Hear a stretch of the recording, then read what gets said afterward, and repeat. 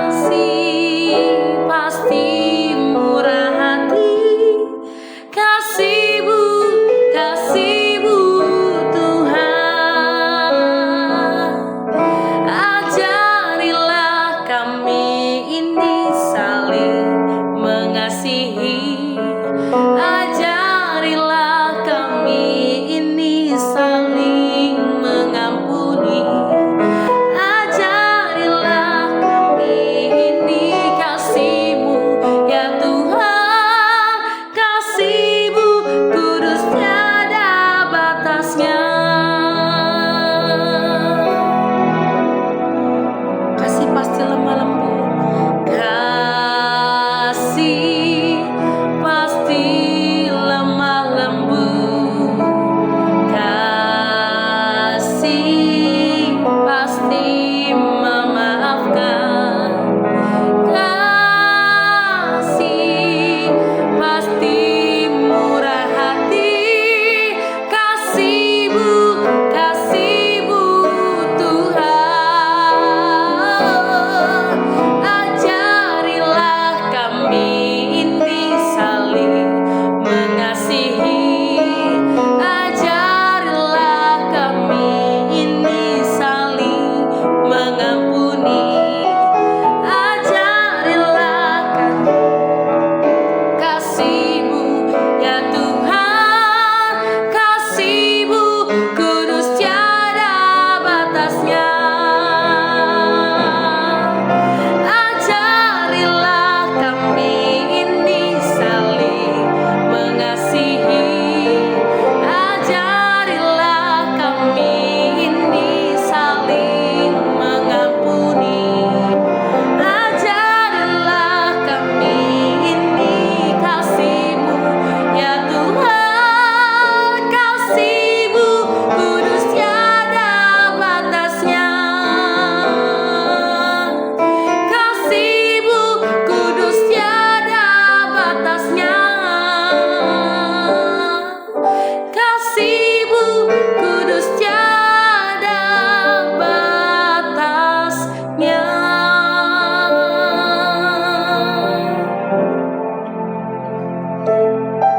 Ajari kami Tuhan saling mengasihi dan mengampuni seperti kasih-Mu ya Tuhan Yesus.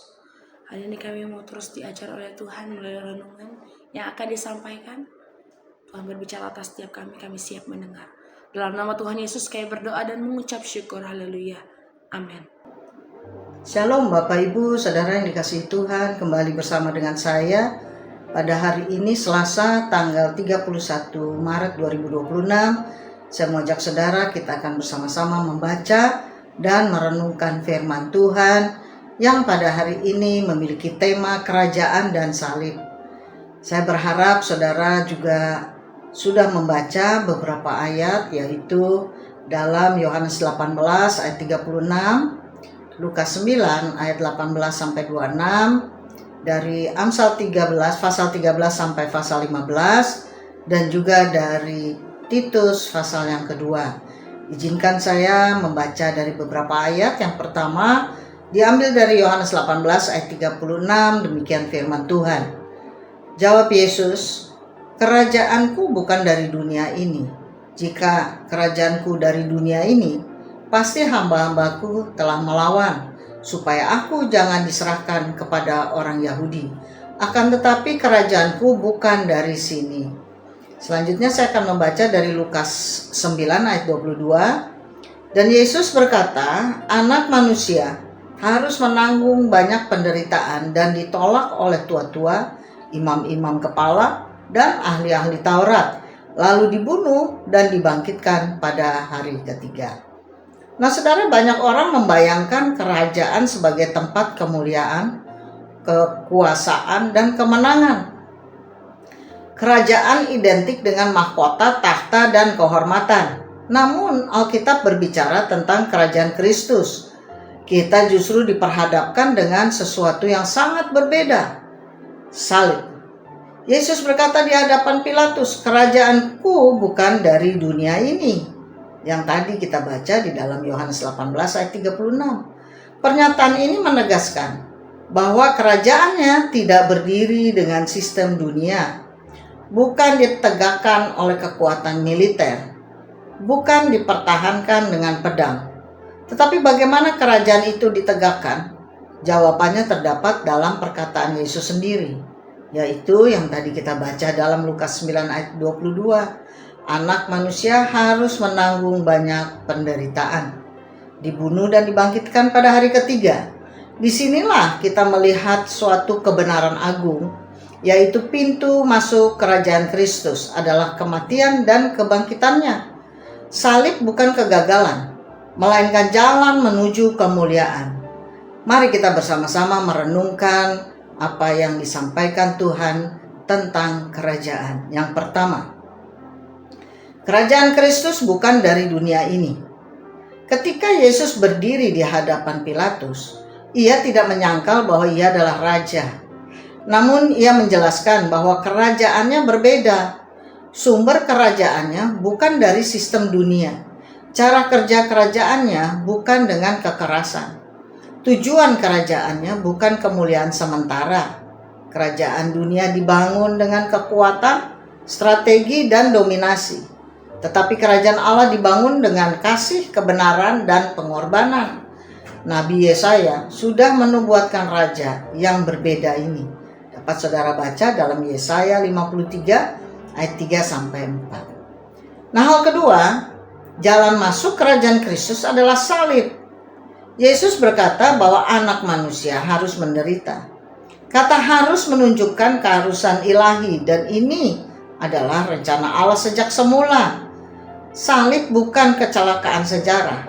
Salib adalah pusat rencana keselamatan. Mengapa salib menjadi pintu masuk kerajaan? Yang pertama, karena dosa harus ditebus. Sebab manusia tidak bisa masuk kerajaan Allah dalam keadaan berdosa. Seperti yang tertera dalam Roma 6 ayat 23, upah dosa ialah maut. Melalui kematiannya, Kristus menanggung hukuman dosa kita. Salib membuka jalan pendamaian dengan Allah. Dapat saudara baca di dalam Kolose 1 ayat 21 dan 22. Salib membuka jalan pendamaian dengan Allah. Tanpa salib tidak ada jalan masuk ke dalam kerajaan. Yang kedua, B, karena jalan menuju kemuliaan adalah penderitaan sesudah kebangkitannya. Lukas 24 ayat 26. Pola ilahi adalah penderitaan dahulu, kemuliaan kemudian. Salib mendahului mahkota. Nah, hal ketiga, kebangkitan meneguhkan kemenangan kerajaan Kristus. Jika salib adalah pintu masuk, maka kebangkitan adalah peneguhan kuasa kerajaan.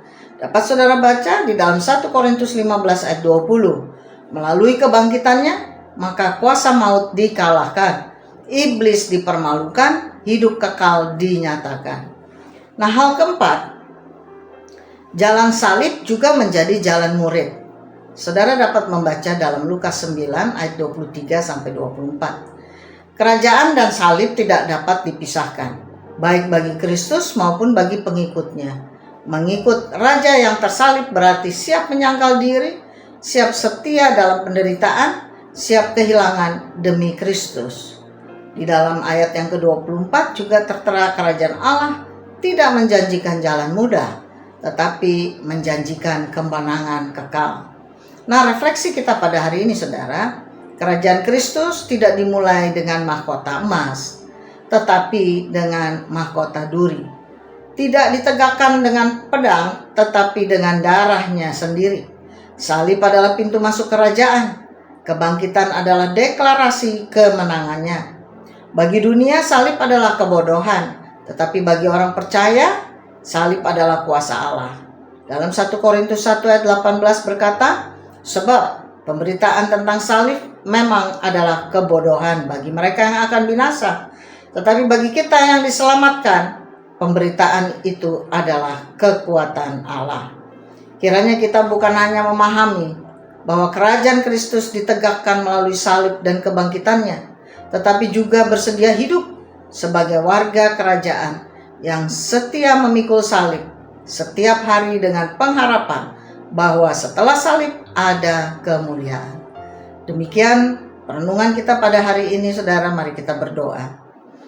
Bapa, di dalam nama Tuhan Yesus kami bersyukur, berterima kasih Tuhan buat firman Tuhan dan perenungan pada hari ini yang mengingatkan kepada kami bahwa kami harus tetap setia kepada Tuhan, karena Tuhanlah yang sudah berkorban agar setiap kami orang percaya dapat memperoleh keselamatan kekal.